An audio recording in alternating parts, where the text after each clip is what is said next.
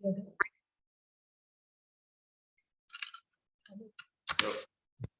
บายดีบรรดาท่านคนเมื่อก่อนเขาสิเข้าบทเรียนเนาะข้าพเจ้าก็สิขอแนะนำตัวเองข้าพเจ้าชื่อกันดาสินประเสริฐปัจจุบันก็เป็นรองหัวหน้าแผนกร่วมมือภาษีสากลเอ่อสาเหตุหยังที่ข้าพเจ้าได้มานำเสนอหัวข้อดังกล่าวกันเนื่องจากว่าข้าพเจ้านี่เป็นที่ผ่านมาเป็นได้เฮ็ดเวียกที่เกี่ยวข้องกับทรัพย์สินทางปัญญานี่ค่อนข้างหลาย บ่ว่าสิเป็นการค้นคว้าระเบียบการการเข้าร่วมเอ่บรรดาเอิ้นว่าการฝึกอบรมหรือว่าการยกระดับที่ว่าถูกจัดโดยองค์การภาษีโลกแล้วก็ข้าพเจ้าเองก็เคยได้ไปสอบเซ็นเพื่อเป็นเชี่ยวชาญทางด้านเรื่องงานทรัพย์สินทางปัญญาขององค์การภาษีโลกซึ่งปัจจุบันนี้ข้าพเจ้ากำลังรอท่าผลของการประเมินของทางองค์การภาษีโลกเจ้าเพราะฉะนั้นข้าพเจ้าก็สิขออนุญาตเข้าไปสู่บทเรียนเลยเนาะ ซึ่งบทเรียนนี้ของข้าพเจ้ามื้อนี้ก็สิบ่ยาวหลายก็สิเน้นการให้ข้อมูลแล้วก็การให้ความกระจ่างแจ้ง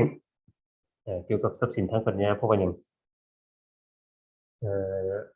แม่นอยู่เนาะว่าเอ่อหลายคนนี่อยู่ในสังคมนี่อาจจะคุ้นเคยคันถ้าเราเว้าถึงยกตัวอย่างลิขสิทธิ์อืมแต่ว่าบางท่านอาจจะยังบ่ฮู้เนาะว่าลิขสิทธิ์นั้นเป็นเพียงแต่หนึ่ง ในองค์ประกอบของทรัพย์สินทางปัญญาที่วงกว้างทั้งเพราะฉะนั้นเดี๋ยวจะน้อยเราไปมาเบิ่งนำกันเลยเนาะว่าทรัพย์สินทางปัญญาแม่นหยังอืมก็ก่อนอื่นเบิดเราต้องเข้าใจให้มันกระจ่างแจ้งก่อนเนาะว่าทรัพย์สินทางปัญญาแม่นหยังเป็นผลงานที่ได้มาจากสติปัญญาของมนุษย์เรานี้ถือว่าบ่ว่าสิเป็นเรื่องประดิษฐ์สร้างการประดิษฐ์คิดแต่งขึ้นมาอันนั้นน่ะก็ถือว่าทรัพย์สินทางปัญญาหรือว่าทรัพย์สินที่เราได้ประดิษฐ์ขึ้นมาเอ่อยกตัวอย่างอสังหาริมทรัพย์มันหยังแม่น ก็เป็นทรัพย์สินคือกันเนาะแต่ว่ามันเป็นทรัพย์สินที่ว่าเอิ้นว่าจับใบได้เออแต่ว่าทรัพย์สินทางปัญญามันหยังมันเป็นทรัพย์สินคือกันแต่ทรัพย์สินที่ว่าจับใบบ่ได้ภาษาอังกฤษเพิ่นเอิ้นว่า intangible assets เพราะฉะนั้นท่านถือว่าเข้าใจได้เนาะว่าบ่แม่นว่า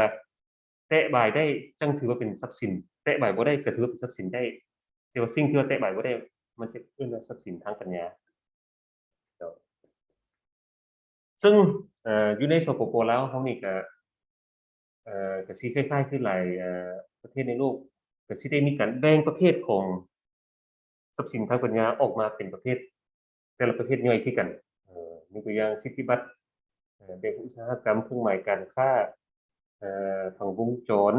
ถิ่นกำเนิดพันธุ์พืชใหม่และลิขสิทธิ์บางท่านนี่คือสิคุ้นเคยเนาะในนี่กับคำว่าลิขสิทธิ์แม่นบ่แต่ว่าสิทธิบัตรอาจจะบ่คุ้นเคยแม่นบ่ยกตัวอย่างเอ่อถิ่นกำเนิดก็อาจจะบ่คุ้นเคยแม่นบ่ซึ่งอันนั้นเป็นประเภทของทรัพย์สินทางปัญญาเดี๋ยวเราสิมาเบิ่งแต่ละประเภทนํกันว่าแต่ละประเภทนี่มันจะต่างกันแนวใดและเป็นหยังจั่งค่อยเอิ้นแต่ละชื่อที่ต่างกันเอ่อต่อมาแบบทมิตเรามาเบิ่งกันเนาะประเภททมิตของทรัพย์สินทางปัญญาเป็นหยังแม่นสิทธิบัตรสิทธิบัตรมันเป็นหยังมันเป็นเอกสารอย่างอื่นที่เป็นทางการจากการจัดตั้งของรัฐออกมาเพื่อให้ปกป้องการประดิษฐ์สร้างใหม่นั้นอืมแต่ว่าการประดิษฐ์สร้างใหม่นั้นต้องแม่นหยัง ต้องเน้นขั้นตอนการผลิตสร้างและสามารถนำใช้เข้าสู่การผลิตอุตสาหกรรมได้อืมแล้วคำว่าผลิตสร้างเป็นอย่างท่านก็น่าจะคุ้นเคยกับคำนี้เนาะคำว่าผลิตสร้างนี่มันหมายความว่าการนำใช้วิธีการทางด้านเทคนิคเพื่อสร้างผลิตภัณฑ์หรือกรรมวิธีการผลิตใหม่หรือว่าเป็นการแก้ไขปัญหาอันใดอันหนึ่งทางด้านเทคโนโลยีเนาะสำหรับสปปลาวเราแล้วนี่ตามกฎหมายทรัพย์สินทางปัญญาและแม่น สิทธิบัตรนี่มันมีระยะการปกครอง20ปีหมายความว่ายกตัวอย่างเนาะข้าพเจ้าประดิษฐ์สร้างอันใดอันหนึ่งมาข้าพเจ้าไปจดปกป้องสิทธิบัตรถ้าได้รับการปกป้องท่านแม่นคนอื่นก็จะบ่สามารถนำใช้สิ่งประดิษฐ์ของข้าพเจ้าหั้นในเวลา20ปีตัวนั้นแม่นเอิ้นว่าระยะเวลาการปกป้องหมายความว่าหยังหลังจาก20ปีแล้วคนอื่นอยากเอาไปใช้ก็ได้ตัวนี้เป็น ลักษณะของสิทธิบัตรข้าพเจ้าขอยกตัวอย่างเพื่อให้ท่านนึกภาพได้ง่ายเนาะว่าตัวอย่างของสิทธิบัตรมีอย่างใดพวกท่านเคยกินน้ำเป๊ปซี่เป็นกระป๋องแม่นบ่แล้วพวกท่านเห็นบ่ว่าการไขฝากระป๋องของเป๊ปซี่นั้นมันจะเป็นไขแบบว่าบ่แม่นไขฝาและดึกฝาทิ่มเนาะมันไขในคือกับเป็นวงแหวนไขขึ้นแล้วก็บิดวงแหวนกลับมาบนเก่าแล้วก็เราก็สามารถดื่มได้เพราะว่าวงแหวนนั้นเป็นวงแหวนที่ว่ามีแต่ให้ฝามันเปิดซื่อๆตัวนี้เป็นการประดิษฐ์สร้างใหม่ที่ว่าได้รับการปกป้องสิทธิบัตรเพราะหยัง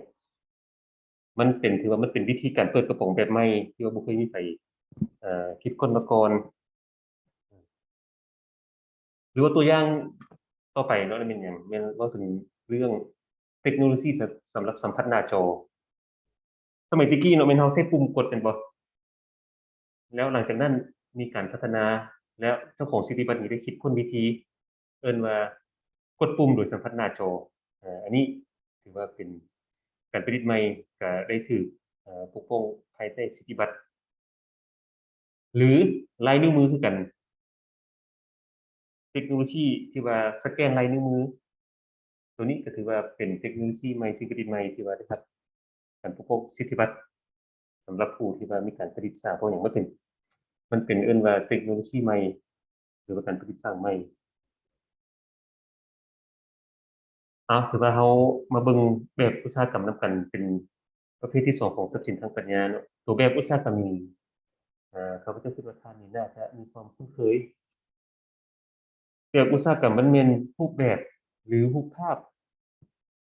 ของผลิตภัณฑ์ที่สร้างขึ้นเอ่อบ่ว่ามันสิเป็น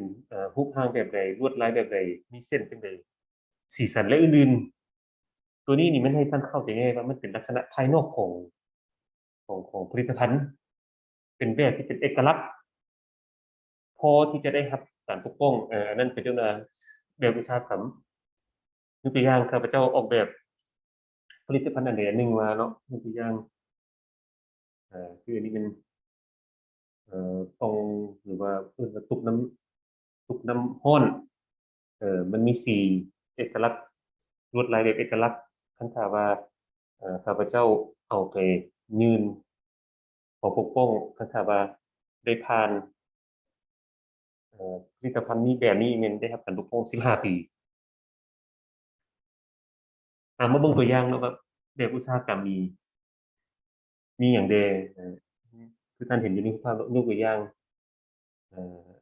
ที่หนึ่งเกิบ Adidas มันจะเป็นเกิบที่มีลวดลายที่ว่าเป็นเอกลักษณ์สีสันเป็นเอกลักษณ์แล้วก็มีลวดลายเป็นเอกลักษณ์อันนั้นถือว่าเอ่อถือว่าเป็นแบบอุตสาหกรรมได้ตัวอย่างที่สองที่ท่านเห็นเลยเป็นมงมันก็จะเป็นแบบเอกลักษณ์ที่ว่าบ่เคยมีไผมีมาก่อนอันนี้ก็ถือว่าแบบอุตสาหกรรมที่ใหม่หรือว่าตัวอย่างที่สามที่ท่านเห็นก็เป็นตังเอ่อ มีลวดลายเป็นเอกลักษณ์เฉพาะถ้าท่านสิขายผลิตภัณฑ์ของท่านแน่นอนท่านก็อยากจะมีแบบที่เป็นเอกลักษณ์ที่ว่าคนอื่นบ่สามารถเอาไปนำใช้ได้ตัวนี้เนาะมันตัวอย่างของแบบอุตสาหกรรมหรือว่าตัวอย่างที่สี่มันท่านเห็นว่ามันหยังแม่นเป็นเพียงแต่ปั้นบักเกี้ยงหรือว่าอันคั่นบักนาวก็ได้ที่มีรูปร่างลักษณะเฉพาะที่ว่าเอาจอกไปตั้งอยู่ก้องของอันปั้นท่านมีสามขาแล้วก็เวลาปั้นแล้ว สามารถนำหัวนั้นมาสามารถหยอดลงในโจกนั้นได้เลยอันนี้ก็คือเป็นแบบเฉพาะหรือว่าตัวอย่างที่ห้าในท่านเห็นเป็นรถรถทุกคันส่วนหลายอยู่ในโลกนี้ผู้ผลิตรถนี่ทุกคันที่ได้ออกแบบรถมาแล้วแต่ละรุ่นก็จะได้มีการปกป้องแบบอุตสาหกรรมเพื่อว่าอย่างเพื่อว่าให้คนอื่นออกแบบของเขาเอาไปนำใช้เพราะอย่างเพราะว่าเวลาผู้ทุนใช้เวลาเขาซื้อรถส่วนใดเขาสิจื้อแบบแม่นบ่เออเพราะฉะนั้นแบบอุตสาหกรรมนี้มีความสำคัญในมุมมองของผู้สนใช้ หรือว่าตัวอย่างที่ท่านเห็นเอ่อรถไฟคือกันรถไฟก็สิมีลักษณะลวดลายที่ว่าเด่นหรือว่าแตกต่างหรือว่าบางภาษาวัยรุ่นก็เรียกว่าเก๋จะสามารถปกป้องแบบอุตสาหกรรมในขั้นทางว่าแบบดังกล่าวนั้น ยังบ่ทันได้มีคนอื่นใช้แล้วก็เป็นแบบที่เราคิดค้นขึ้นมาเองและเราสามารถยังยืนได้ว่าแบบนี้เป็นแบบที่เราคิดค้นขึ้นมาเองถือว่าได้รับการปกป้องอันนั้นเนาะเป็นแบบตัวอย่างของแบบอุตสาหกรรมมาเบิ่งประเภทต่อมาของทรัพย์สินทางปัญญาเป็นเครื่องหมายการค้าตัวนี้นี่เราน่าจะคุ้นเนาะเพราะว่าเครื่องหมายการค้าแม่นหยังมันเป็นโลโก้ก็ได้หรือว่าเป็นกาหมายก็ได้เป็นภาษาเอิ้นว่าภาษาบ่เป็นทรัพย์สินทางปัญญาหั้นนะซึ่งเครื่องหมายการค้ามันอาจจะประกอบมาอย่างไรเนาะมันอาจจะเป็นที่ตัวหนังสืออาจจะเป็นตัวเลขชื่อใดชื่อหนึ่งก็ได้คำศัพท์ข้อความรูปถ่ายรูปแต้มรูปประดิษฐ์อืมอันหรือว่าสีรูปภาพอืมหรือว่าอะไรอันหนึงที่เป็นกาหมายเอกลักษณ์เฉพาะนะอันนั้นถือว่าเป็นเครื่องหมายการค้าเอ่อ หรือว่าเครื่องหมายการค้าหันมันอาจจะเป็นสัญลักษณ์ใดหนึ่งที่ว่ารวมหลายสัญลักษณ์เข้าในอันเดียวกันก็ได้เพื่อหยังเครื่องหมายการค้านี่มันเพื่อนำใช้เป็นการบ่งบอกว่าสินค้าดังกล่าวนี้เป็นหรือว่าการบริการดังกล่าวนั้นเอ่อมันมาจากแหล่งผลิตใดมันมาจากผู้สนองใดหรือว่ามันมาจากเอ่อเขาเจ้าเอิ้นว่า ผู้ให้บริการหรือผู้ผลิตสร้างแบบใดอันนั้นก็ถือว่าเอ่อเป็นความสำคัญของการบ่งบอกที่มาหรือว่าคุณภาพของเครื่องหมายการค้อย่างเพราะว่าเวลาเราซื้อเครื่องเขาอาจจะเห็นผลิตภัณฑ์อันเดียวกันแต่ว่าเครื่องหมายการค้าต่างกันเขาก็จะคิดว่าโอเคเครื่องหมายการค้าขอนี่ที่ดีกว่าเครื่องหมายการค้าขอถือว่าเครื่องหมายการค้านี้มีความสำคัญในการตัดสินใจซื้อสินค้าของผู้ซื้อใช้ อันนี้ขอยกตัวอย่างเนาะว่าเครื่องหมายการค้านี้มีตัวอย่างแบบใดก็คือท่านเห็นตัวอย่างสมิธเนาะเครื่องหมายการค้าดาวคอฟฟี่คือว่าเวลาเราเลือกซื้อกาแฟนี่คันเราเห็นเครื่องหมายการค้าดาวคอฟฟี่เรารู้เลยว่าโอเคอันนี้มันมาจากเอ่อบริษัทดาวเฮืองบ่หรือว่ามาจากกาแฟของยี่ห้อดาวซึ่งคุณภาพสูงหรือว่าคุณภาพที่ว่าเรามักอืม มาเบิ่งตัวอย่างต่อไปเนาะแล้วแม่นเครื่องหมายการบริการแล้วก็เครื่องหมายการบริการนี่มันเป็นลักษณะคล้ายๆคือว่าเป็นกาหมายของผู้ให้บริการเขายกตัวอย่างเขาสิขี่ยนต์ไปต่างประเทศเขาเห็นสายการบินลาวเขาพูดเลยว่าโอเคอันนี้มันผู้ให้บริการเป็นสายการบินลาวเอ่อเพื่อบ่งบอกว่าโอเคผู้ใดเป็นผู้ให้บริการเขาเอ่อส่วนตัวอย่างที่สามนี่แม่น เป็นกาหมายทับฮ้องตัวนี้นี่แม่นอยู่ต่างประเทศก็จะใช้ค่อนข้างหลายเนาะยกตัวอย่างถ้าว่าจะยกเห็นนี่แม่นกาหมายทับฮ้องนี่เป็นของเวียดนามเนาะหมายความว่าจั่งใดเอ่อมันสิเขียนใช่ว่าสินค้าเวียดนามคุณภาพสูงนี่หมายความว่าหยังอันนี้มันภาครัฐหรือว่าเอ่สมาคมคุณภาพทางด้านผลิตภัณฑ์เขาจะทับฮ้องสินค้าว่าสินค้าได้มาตรฐานของสมาคมตัวนั้นได้แล้วเขาเจ้าซีให้อนุญาตใช้กาหมายดังกล่าวมันเป็นกาหมายทับฮ้องเพื่อให้อย่างเพื่อเฮ็ดให้ผู้ซื้อมีความมั่นใจหลายขึ้นว่าโอเคเขาได้ซื้อเครื่องที่ว่าได้มีการทับฮ้องแล้วซึ่งเครื่องหมายการค้าจะเป็นตัวยั่งยืนถึงคุณภาพของสินค้าดังกล่าวหรือประการทับฮ้องดังกล่าวนั้นต่อมานั้นข้าเจ้าเมนข้าพเจ้าขอยกให้เห็นอีกตัวอย่างเครื่องหมายรวมหมู่ตัวนี้เนาะแม่นยกตัวอย่างกาหมายของPTT มันจะมีการผสมผสานระหว่างรูปแต้มตัวหนังสือแล้วก็ชื่อเห็นว่าหลายอย่างรวมเข้าในเครื่องหมายการค้าเครื่องเดียวตัวนี้ถือว่าจะสามารถเฮ็ดได้คือกันที่เอิ้นว่าเป็นเครื่องหมายการค้าแบบรวมหมู่ต่อมาเนาะแบบหรือว่าประเภททรัพย์สินทางปัญญาต่อไปเลยเป็นแบบผังวงจรรวม ตัวนี้เขาอาจจะบ่คุ้นเคยหรือบ่อย่างอันนี้มันจะค่อนข้างที่จะลงลึกทางด้านการปกป้องทางด้านการออกแบบผังวงจรหรือว่าภาษาอังกฤษเรียกว่า integrated circuit เอ่อตัวนี้ก็ถือว่าได้รับการปกป้องกันนะครับเป็นถ้าเป็นแบบแผนผังหรือรูปแต้มเอ่อเพื่ออย่างเพื่อจัดวางการสิ้นส่วนทางไฟฟ้าหรือว่าการเดินไฟฟ้า พื่อใช้ผลิตเป็นวงจรรวมอืมยกตัวอย่างเอ่อถ้าท่านเห็นอยู่ในเซมิคอนดักเตอร์อันนั้นก็สิมีเอ่อการวางผังของวงจรไฟฟ้าแบบที่ว่าผู้ผลิตหรือว่าผู้ประดิษฐ์ท่านได้คิดค้นขึ้นมาซึ่งอันนั้นก็ถือว่าถ้าผ่านก็แม่นได้รับการปกป้องซึ่งระยะการปกป้องมัน12 ปีแต่ว่าอันแบบผังวงจรนี่แมันแน่นอนเนาะมันเอ่อมันบ่สามารถที่จะปกป้องได้เนาะถ้าเป็นเพียงแต่ว่ากรรมวิธีระบบหรือวิธีการปฏิบัติงานของวงจรรวมมันบ่สามารถปกป้องได้ยกตัวอย่างแบบของวงจรเนาะมันก็สิมีซอฟต์แวร์อยู่ในหั้นบ่ซอฟต์แวร์อยู่ในวงจรนั่นก็บ่สามารถปกป้องได้แต่แบบแผนเท่านั้นแผนวาดอืม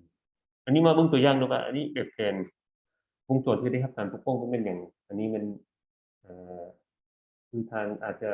ผู้พัฒนาการลงกับเรื่องข้อมูลข่าวสารเทคโนโลยีอันนี้มันเซมิคอนดักเตอร์เป็นของวงจรเอาใช้ในคอมพิวเตอร์เนาะตัวนี้ก็ถือว่าได้รับการปกป้องต่อมาประเภททรัพย์สินทางปัญญาต่อไปเนาะที่ว่าได้รับการปกป้องอยู่ในสปปลาวแล้วก็ทั่วโลกเลยเป็นอย่างถิ่นกำเนิดเรามาเบิ่งกันเนาะถิ่นกำเนิดเป็นอย่างถิ่นกำเนิดเป็นสัญลักษณ์ที่บ่งบอกถึง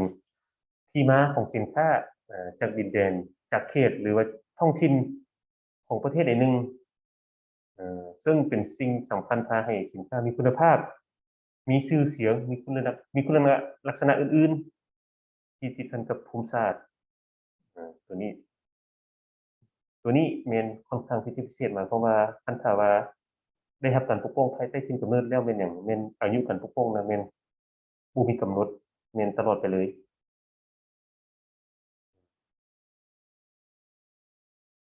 แต่ว่าถิ่นกำเนิดเนี่ยมันอาจจะก่อให้เอิ้นว่าหลายคนสับสนย้อนหยังเพราะว่าทางด้านทรัพย์สินทางปัญญาแล้วนี้คันเป็นถิ่นกำเนิด ที่ว่าพาให้มีความเข้าใจผิดหรือว่าสับสนเกี่ยวกับสินค้าที่ว่าสินค้านั้นมันถือว่าบ่สามารถจดทะเบียนกำเนิดได้ถือว่ามันมีข้อยกเว้นหรือว่าตัวอย่างสิ่งกำเนิดของประเทศอื่นที่บ่ได้รับการปกป้องหรือหมดการปกป้องอยู่ในประเทศต้นกำเนิดแล้วอืมก็คือว่าบ่สามารถจดทะเบียนคือกันจดทะเบียนปกป้องอืมหรือว่าถิ่นกำเนิดที่คล้ายคือกันหรือว่าคล้ายคือกับเครื่องหมายการค้าที่ได้รับการปกป้องแล้วซึ่งพาให้เกิดความเข้าใจผิด เกี่ยวกับแหล่งกำเนิดของสินค้าดังกล่าวและอื่นๆที่ได้กล่าวไว้ในกฎหมายทรัพย์สินทางปัญญาตัวนี้มันหมายความว่าอย่างที่นกำเนิดมันจะต่างกับเครื่องหมายการค้าเดี๋ยวเขาจะมาเบิ่งเนาะว่าที่นกำเนิดกับเครื่องหมายการค้ามันจะต่างกันในใดเพื่อให้ท่านได้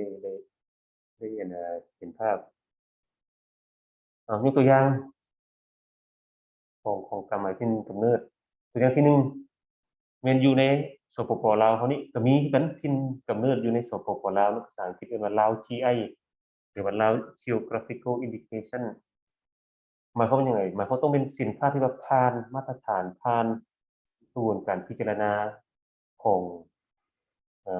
ออาจขององค์กรดังกล่าวนี้แล้วจังค่อยได้ครับว่าเป็นสินค้าที่มีถิ่นกำเนิดอยู่แล้วอันนี้ถ้าเราดูตัวอย่างสองเนาะกาหมายถิ่นกำเนิดชินโงโกเบอยู่ญี่ปุ่นมันเป็นกาที่ท่านเห็นนี้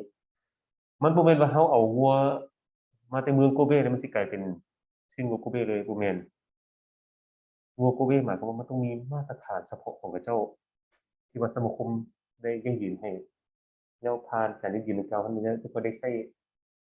การมาทิ้งกำเนิดดังกล่าวนี้เพื่อให้ผู้ซื้อหรือผู้สนใจท่านรู้ว่าทิ้งกำเนิดมันมาจากบอนทันแล้วก็มาตรฐานได้ตามที่ทิ้งกำเนิดได้ตั้งไว้มาเบิ่งตัวอย่างที่สามเราเป็นอย่างเป็นพามาแฮมเป็นตัวนี้เลยเป็นแฮมที่ว่ามีชื่อเสียงจากประเทศอิตาลีเนาะคือทานอาจจะรู้ตัวนี้เกิดขึ้นกัน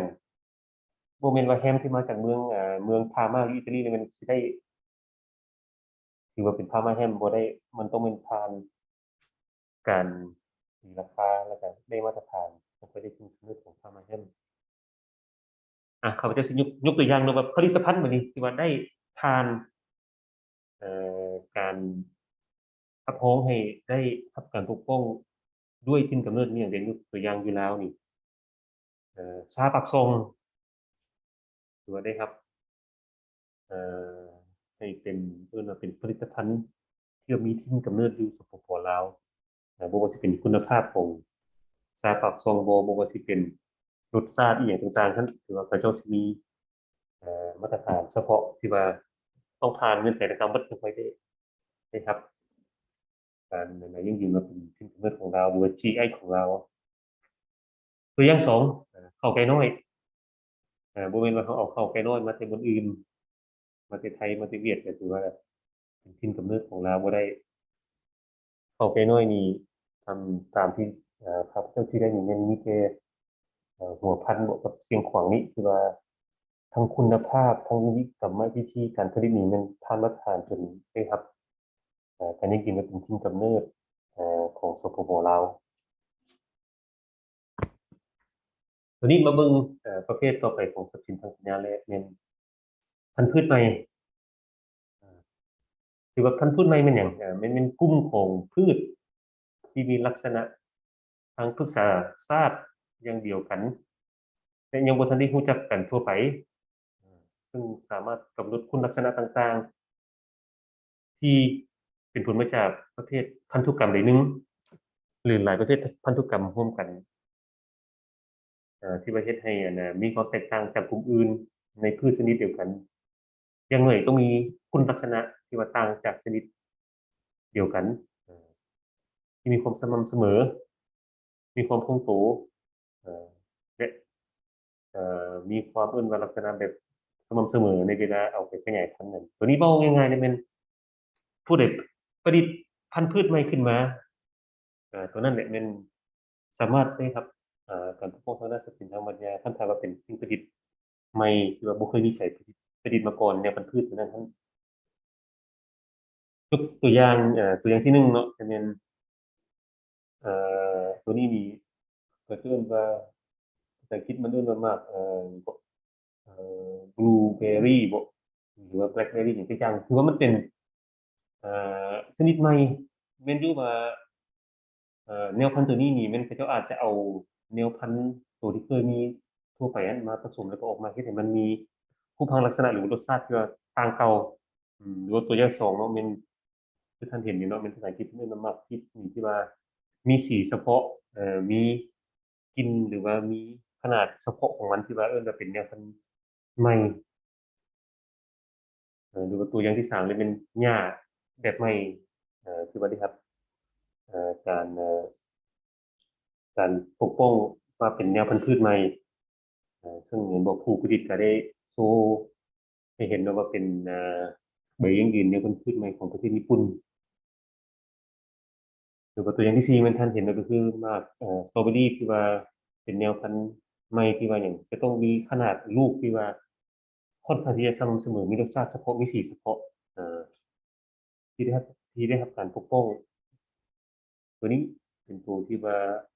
ส่งเสริมการพัฒนาทางด้านกสิกรรมตัวนี้ต่อไปเนาะเรามาดูกับตัวประเภทนี้ที่ว่าหลายคนหันฮู้อยู่ในสังคมคนนี้ที่ว่าหลายคนนี่ก็มาเข้าใจผิดว่าลิขสิทธิ์แม่นหยังคือลิขสิทธิ์นี่แม่นหมายถึงสิทธิ์ของบุคคลที่บุคคลโดยการจะตั้งต่อกับผลงานการประดิษฐ์แต่งของตนทางด้านหยังทางด้านศิลปกรรมวรรณกรรมหรือวิทยาศาสตร์เท่านั้นเบิดเท่านั้นเอ่อลิขสิทธิ์นี่บ่แม่นว่าเฮาหัน คิดประดิษฐ์โลโก้คือดาวเรืองขึ้นมาก็ไปบอกว่าอันนั้นเป็นลิขสิทธิ์ของใครอันนั้นบ่ถูกเอ่อกาแฟดาวหันเครื่องหมายการค้าอันนั้นก็เอิ้นว่าสิทธิ์เครื่องหมายการค้าของข้อยเว้าถูกลิขสิทธิ์นี่มันกว้างไปหยังทางด้านศิลปกรรมวรรณกรรมและวิทยาศาสตร์เท่านั้นแล้วก็แน่นอนลิขสิทธิ์นี่มันก็สิมีสิทธิ์เกี่ยวข้องกับลิขสิทธิ์แม่นหยังมันหมายถึงสิทธิ์ของบุคคลหรือว่านิติบุคคลหรือว่าการจะตั้งต่อกับผลงานทางด้านการแสดงการบันทึกเสียงรายการกระจายเสียงแชร์ภาพ หรือรายการผ่านสัญญาณดาวเทียมที่เข้ารหัสหรือบ่เข้ารหัสยกตัวอย่างการที่ว่าเอ่อ เขาเอาบันทึกเสียงของคนอื่นบ่ว่าจะเป็นเพลงของมาใช้ในการในทางด้านเรียกว่าทางด้านการค้าของเขาเองโดยบ่ได้รับสิทธิ์จากเจ้าของสิทธิ์กันนั่นก็ถือว่าละเมิดลิขสิทธิ์ตัวนั้นซึ่งผลงานอยู่ในลิขสิทธิ์นี่มันเป็นหยังเนาะมันก็หมายถึงการประดิษฐ์แต่งของบุคคลนั่นแหละหรือว่าของนิติบุคคลหรือองค์การจัดตั้งใดหนึ่งในของเขตศิลปกรรมวรรณกรรมหรือวิทยาศาสตร์ซึ่งมันจะต้องได้แสดงออกด้วยรูปแบบใดหนึ่งเดี๋ยวเราสมมติเบิ่งนำกันว่ารูปแบบใดเดียยกตัวอย่างเนาะลิขสิทธิ์มันหยังMicrosoft Windows เขาหันเอิ้นว่าผู้ที่ว่าผลิต Microsoft Windows ขึ้นมานี่ถือว่าเป็นทางวิทยาศาสตร์เนาะถือว่าเป็นซอฟต์แวร์เอ่อแล้วเขาอะนะเอาซอฟต์แวร์ของเจ้าน่ะมาอัดเป็นใส่แผ่นซีดีแล้วเอาไปขายต่อโดยที่ไม่ได้รับสิทธิ์จาก Windows อันนั้นถือว่าละเมิดลิขสิทธิ์หรือตัวอย่างสองเนาะแม่นหยังแม่นเอ่อผลงานทางด้านศิลปะหรือว่าเพลงยกตัวอย่างอันนี้มันวง Girls' Generation ของเกาหลีเนาะเขาเจ้าได้ออกเขาเจ้าได้แต่งเพลงเขาเจ้าก็ได้อัดเสียงแล้วก็ได้เอ่อให้ค่ายของเจ้าอัดแผ่นซีดีเพลงของเขาเจ้าขายเป็นอัลบั้มถ้าเขานะไปซื้อแผ่นซีดีของเขาเจ้ามาแล้วเขามาอัดแล้วมาขายต่อโดยที่ไม่ได้รับอนุญาตของเจ้าของสิทธิ์อันปัจจุบันนี้เป็นการละเมิดลิขสิทธิ์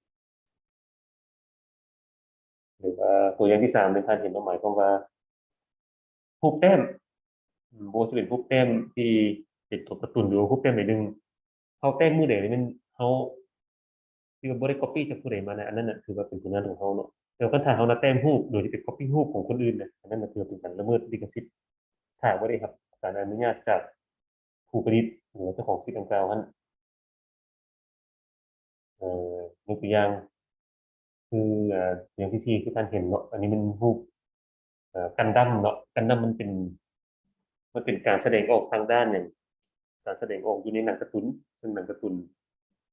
ก็คือว่ามันเป็นลิขสิทธิ์ของผู้ที่ว่าเอ่อผลิตคิดค้นตัวการ์ตูนนี้ขึ้นมาถ้าเขา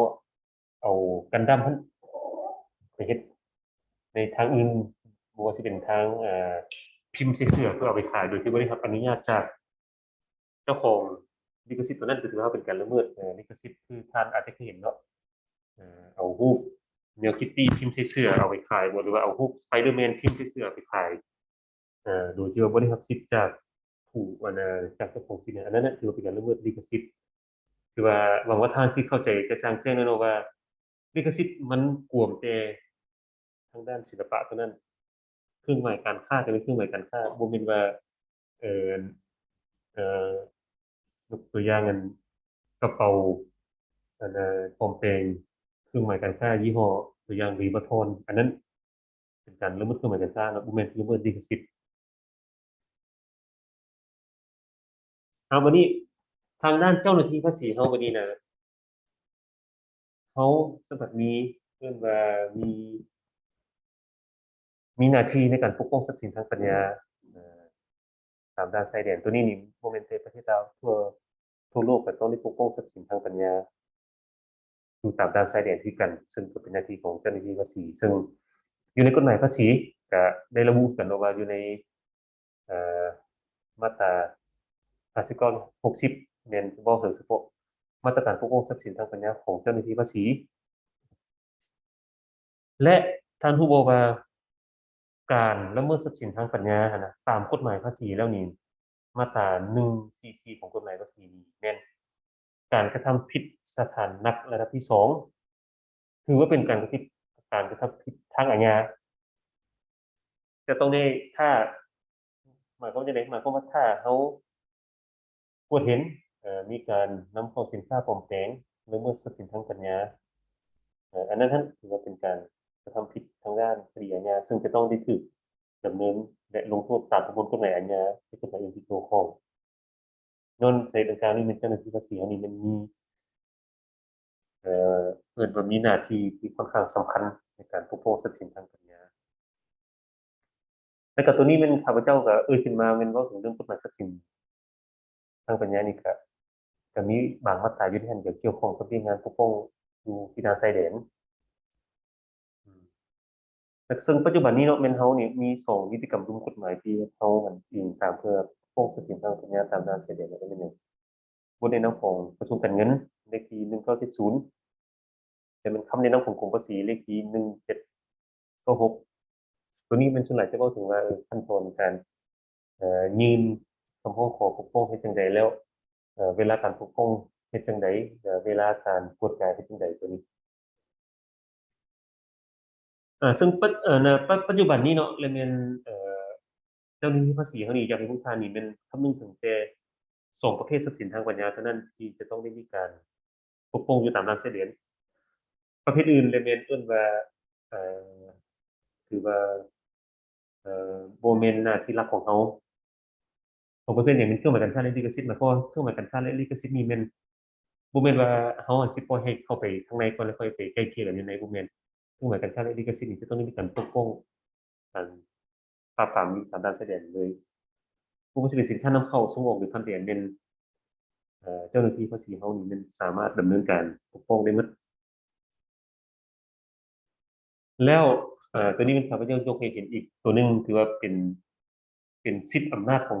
ที่พิเศษของเจ้าหน้าที่ภาษีเนาะเพิ่นว่า ex officio เอ่อตัวนี้เนี่ยแม่นกฎหมายทรัพย์สินทางปัญญาแม่นได้ระบุให้สิทธิ์กับเจ้าหน้าที่ภาษีโดยตรงเลยว่าเจ้าหน้าที่ภาษีเฮานี่แม่นสามารถปฏิบัติโดยหน้าที่ ในการยึดหรือว่ากักสินค้าที่ละเมิดเครื่องหมายการค้าและลิขสิทธิ์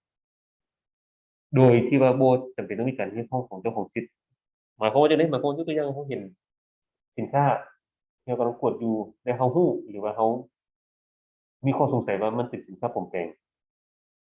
เขามีสิทธิ์ที่จะกักสินค้าดังกล่าวไว้แล้วก็เอิ้นผู้ถือสิทธิ์มายังยืนอีกน้ำหลังโดยที่ว่าผู้ถือสิทธิ์ดังกล่าวหันบ่เคยมาเฮ็ดร่วมกับทางราชการภาษีว่าให้ปกป้องซอยเดะตัวนี้เป็นสิทธิ์เขามีเขาอยากใช้ ก็ถือว่าเขาใช้ได้ตัวนี้บ่แม่นว่าเอ่อเจ้าของสิทธิ์มาแล้วเขาจะคอยดำเนินการบ่แม่นเจ้าของสิทธิ์บ่มาก็อย่าถ้าเขามีดุลพินิจเขาก็สามารถดำเนินการได้คือกันตัวนี้เป็นกฎหมายทรัพย์สินทางปัญญามอบให้เราส่วนอันนี้เป็นการปฏิบัติตัวหนึ่งตัวพันธะขององค์การการค้าโลกสปปลาวเขาก็ได้ให้คำสัญญากับองค์การการค้าโลกเนาะแล้วว่าเอ่อ จะมีการปรับปรุงกฎหมายเพื่อสิทธิเจ้าหน้าที่หลายขึ้นในการปกป้องทรัพย์สินทางปัญญาเอ่ออันนี้เป็นข่าวข้าพเจ้าซีเว้ายกขึ้นมาเว้าหน่อยเดียวอันนั้นมาตรการที่ด่วนมันเป็นลักษณะเอ่อความหมายว่าตัวนี้เนี่ยเป็นกรณีพิเศษมีแหล่งข่าวเขาสามารถรับการแจ้งปรับปรุงได้ไว้ก่อนแล้วค่อยดำเนินการยื่นเป็นลายลักษณ์อักษรต่างๆตัวนี้เฉพาะสิทธิทรัพย์สินทางปัญญานี่มันเขาจะต้องได้รับถ้ามีการแจ้งปรับปรุงมาถ้าเป็นการยิบด่วนแล้วหลังจากนั้น3 วันค่อยให้ผู้มาห้องขอให้มันยืนต้องห้องเป็นลายลักษณ์อักษร เอออันนี้มันการแนะนำเนาะของวิธีกดการสินค้านี่เขาต้องกดกันนะจังได๋ทุกคนรู้ว่าเป็นสินค้าละเมิดสินทางปัญญานี่การในเมื่อเป็นเจ้าหน้าที่ภาษีเขานี่เขาจะต้องได้เปรียบเทียบหรือว่าสมเทียบข้อมูลให้หลายเนาะบ่ว่าสิเป็นข้อมูลตามตามที่อันนะราชการภาษีได้ส่งโฉนดหรือว่าส่งแจ้งการลงไปเขาก็ต้องเบิ่งเปรียบเทียบว่าชื่อของสินค้ายี่ห้อที่มายกตัวอย่างเนาะมาจากไสยกตัวอย่าง เอ่อกระเป๋าอันลุยส์วิตตองมาจากจีนนี่สินี่เขาก็ต้องได้สงสัยไว้ก่อนเลยตัวแม่นบ่มูลค่าเขาก็ต้องได้เบิ่งคือกันเออมูลค่ามันต่ำกว่าราคาสินค้าของแท้หลายเขาก็ต้องได้มีข้อสงสัยโลดแม่นบ่การหุ้มห่อการหุ้มห่อยกตัวอย่างข้างในแล้วเป็นเกิบ Adidas แบบกล้องหุ้มห่อสมมุติเป็นเกิบ Nike เขาก็ต้องสงสัยโลดแม่นบ่ว่ามันมันผิดปกติหรือว่าเขาต้องสังเกตดูคุณภาพของสินค้าคือกัน ว่าถ้าเป็นสินค้าแล้วนี่สินค้าคุณภาพมันต้องดีกว่านี้นะหรือว่ามันต้องบ่คือจังซี่สมมุติเอ่อตรงนี้เป็นนั่นน่ะคำแนะนำเนาะที่ข้าพเจ้าอยากให้ท่านนั้นกวดกาเวลาท่านพบเห็นสินค้าใดหนึ่งอืม หรือว่าเส้นทางการขนส่งสินค้ากับข้อมูลยกตัวอย่างเส้นทางการขนส่งนี่เป็นสินค้าที่ว่าอ้อมไปอ้อมมาบ่เป็นเส้นทางที่ว่าเอ่อมันบ่ค่อยมีการใช้เส้นทางดังกล่าวยกตัวอย่างจากจีนไปตะวันออกกลางแล้วค่อยกลับมาลาวจังซี่ว่ามันอาจจะเป็นเส้นทางที่ว่ามีข้อสงสัยตัวนี้ก็ต้องได้เบิ่งและอื่นๆนั่นแหละที่ว่าที่เขาเจ้าเอิ้นว่าสิ่งที่ผิดปกติสิ่งที่ว่าเฮ็ดให้เราสงสัยได้ว่ามันมีความเสี่ยงอืมคันถ้าว่าเราพบสินค้าที่เราสงสัยเนาะว่าเป็นสินค้าละเมิดทรัพย์สินทางปัญญาบ่หรือว่าอาจจะมีความเป็นไปได้ที่เป็นสินค้าละเมิดทรัพย์สินทางปัญญาเราจะต้องหยังเราจะต้องได้ดำเนินการระงับการดำเนินขั้นตอนการแจ้งกับสินค้าดังกล่าวก่อนคือหยังเพื่อแจ้งให้ทั้งเจ้าของสินค้าได้ว่านำหลักฐานมาแสดงเบิ่งว่าสินค้าของเจ้านี่บ่ได้ปลอมแปลงแล้วก็ผู้ถือสิทธิ์ก็เอิ้นผู้ถือสิทธิ์มาเบิ่งว่าหรือว่ามันยังยืนว่าสินค้าดังกล่าวนี้มันมีการละเมิดหรือบ่อืมอันตัวนี้เนาะแม่นองค์การภาษีโลกก็แม่นได้กำหนดค่าความเสี่ยงของสินค้าละเมิดทรัพย์สินทางปัญญานี่หลายค่อนข้างที่จะหลายค่าความเสี่ยงแต่เขาเจ้านี่ยกบางค่าความเสี่ยงขึ้นมาเพื่อให้ท่านเห็นแล้วก็เพื่อให้ท่านนี่นำไปจัดตั้งปฏิบัติยกตัวอย่างเนาะองค์การภาษีโลกบอกว่าสินค้าที่มีต้นกำเนิดมาจากประเทศที่ถือรู้จักกันว่าเป็นประเทศของการสนองสินค้าปลอมแปลงนี่ถือว่ามีความเสี่ยงสูงยกตัวอย่างเอ่อสินค้านี้มาจากประเทศที่ว่าส่วนใหญ่มักผลิตสินค้าปลอมแปลงในประเทศหยังเราก็อาจจะเอ่อขึ้นบัญชีไว้ หรือว่าอีกค่าความเสี่ยงตัวหนึงแม่นผู้นำเข้าหั้นมีประสบการณ์หรือว่าบ่ค่อยมีการนำเข้าเอ่อหลายต่อกับสินค้าดังกล่าวหั้นก็อาจจะมีความเสี่ยงหรือว่าผู้นำเข้าหั้นมีประวัติการละเมิดทางภาษีที่ผ่านมาบ่อันนี้ก็มีความเสี่ยงสูงเนาะหรือว่าชื่อของผู้ผลิตหรือผู้นำเข้านี่บ่ตรงกับธุรกิจที่เกี่ยวข้องกับการค้าขายหั้นที่แจ้งต่อเจ้าหน้าที่ภาษีเนาะยกตัวอย่างผู้ผลิตสมมุติเขียนใส่เนาะว่าเป็นโรงงานผลิตเกิบผู้นำเข้าก็สามารถเขียนใส่ว่าผู้ที่ว่ามักนำเข้าเครื่องไฟฟ้าแต่บัดนำเข้าสินค้าตัวจริงสิบัดนำเข้าสินบัดนำเข้ากระเป๋าจังซี่นี่ก็อาจจะเป็นความเสี่ยงอันนี้เงินองค์การภาษีโลกได้แนะนำหรือว่าที่อยู่เนาะอยู่ในเอกสารการทางของเจ้าที่อยู่ของผู้ผลิตผู้ส่งออกผู้นำเข้าหั้นแม่นบ่ครบถ้วนยกตัวอย่างอาจจะเขียนใส่ว่าเอ่อโรงงานอยู่บนนั้นเมืองอยู่เมืองนั้นแต่ว่าบ่บอกเลขที่ถนนบ่บอกเบอร์ติดต่อหรือว่าเอ่อเวลาเราไปเบิ่งที่อยู่ดังกล่าวเราอยู่ใน Google Maps ก็สามารถขึ้นมาเป็นเรือนคนหรือว่าเป็นกลางโหนงจังซี่ก็ถือว่าเป็นมีความเสี่ยงสูงเว้าง่ายๆเลยแม่นที่อยู่เราเซิร์ชแล้วบ่ออกเพราะหยังปกติแล้วทั่วโลกเขานี่ที่อยู่ของบริษัทที่ว่าถูกต้องมีตัวตนนี่ไม่สามารถเซิร์ชได้ใน Google Maps ตามที่อยู่ที่เขาเจ้าเขียนมาหรือว่าต่อไปเนาะแม่นเอ่อยู่ในใบขนส่งถ้าเขาเจ้าเขียนเงื่อนไขการหรือว่าใบสัญญาซื้อขายเนาะเขาจะบอกว่าจ่ายเต็มหรือจ่ายเงินสดหลังจากการจัดส่งนั่นถือว่ามีความเสี่ยงสูงเพราะหยังส่วนหลายผู้ที่ว่าได้รับสิทธิ์จากผู้ถือสิทธิ์นั้นให้จำหน่ายสินค้าของตัวนี้ส่วนหลายมันจะเป็นในลักษณะแบบส่งสินค้าก่อนแล้วก็ค่อยจ่ายน้ำหลังบ่หรือว่าขายได้สำเร็จสำนึงต้องจ่ายน้ำหลังบ่อันนี้ให้การจ่ายเต็มมันจะเป็นลักษณะแบบโอเคเครื่องที่ผลิตให้เจ้าสินค้าปลอมเจ้าจ่ายให้ปุ๊บแล้วเลยเออ หรือว่าค่าขนส่งที่จ่ายล่วงหน้าเล็กน้อยตัวนี้ก็ถือว่ามีความเสี่ยงสูงแล้วก็อย่างพวกผู้นำเข้าที่ว่ามีประวัติดีนี่ส่วนหลายเป็นผู้ที่ค้าขายที่ว่ามีประวัติดีนี่ส่วนหลายนี่เขาจะจ่ายที่มีค่าขนส่งแต่ว่าค่าขนส่งที่จะต้องจ่ายล่วงหน้านี่ก็แสดงว่าเป็นผู้ค้าขายที่ว่ามีประวัติที่ว่ายังบ่ทันดีเทื่อตัวนี้ก็ถือว่ามีค่าความเสี่ยงครับขอขอบใจหลายๆที่ว่าการนำเสนอของข้าพเจ้าถือว่าจบแล้วท่านมีคำถามหยังก็ขอเชิญยกมาถามได้ขอขอบใจ